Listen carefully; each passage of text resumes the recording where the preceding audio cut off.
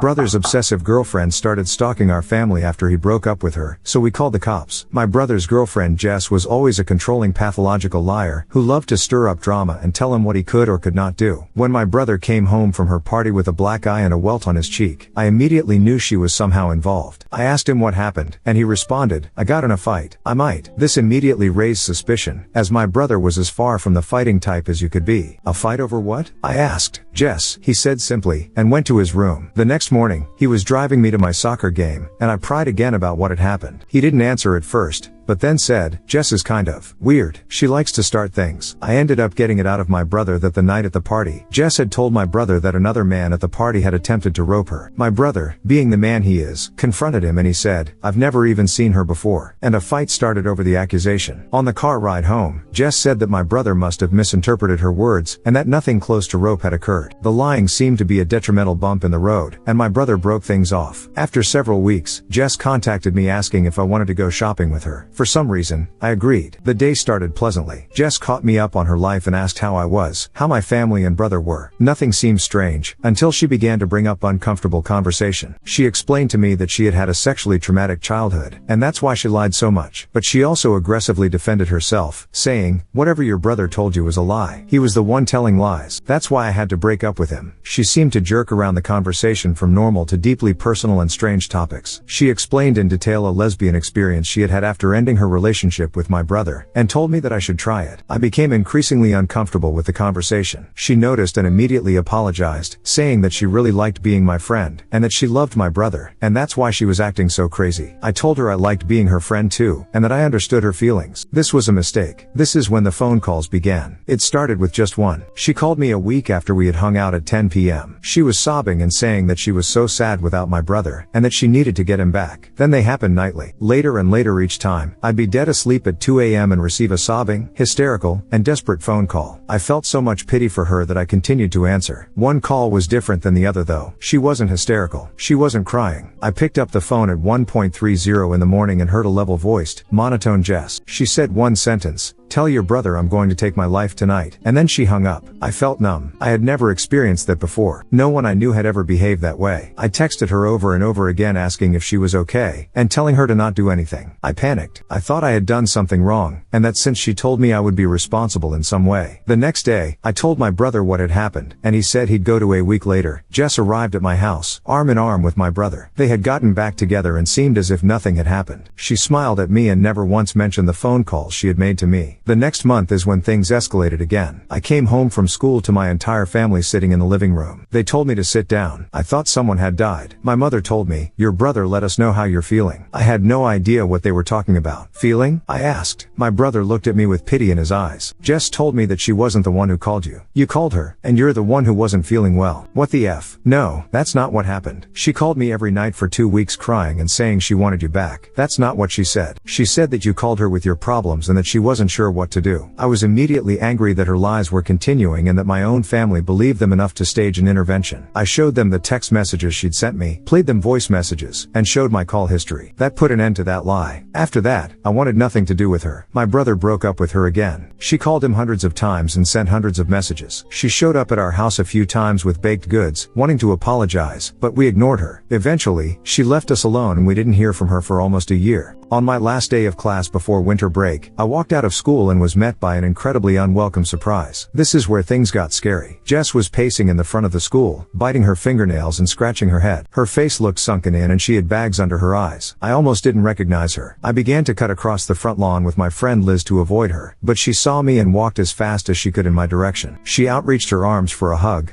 but I stopped. The first thing she said was, "Aside." I asked her what she was doing there and she laughed quietly. "I wanted to apologize for whatever your brother told you. I'm sick. I know. Please don't talk to me anymore." I started away, knowing my brother was parked waiting for me around the corner. Jess reached out and grabbed my shoulder as I did. I quickly pulled away and said, "I'm serious. Leave us alone. I think you need some help, Jess." She immediately began to cry, but I turned away and left. My brother pulled into the front parking lot of the school and opened his car door for me. "Is that Jess?" He looked through his front mirror. "Yeah, I don't know what she's on, but she's crazy." That night, at around 1 a.m., there was a knock at our door. My dad went to it and looked through the peephole.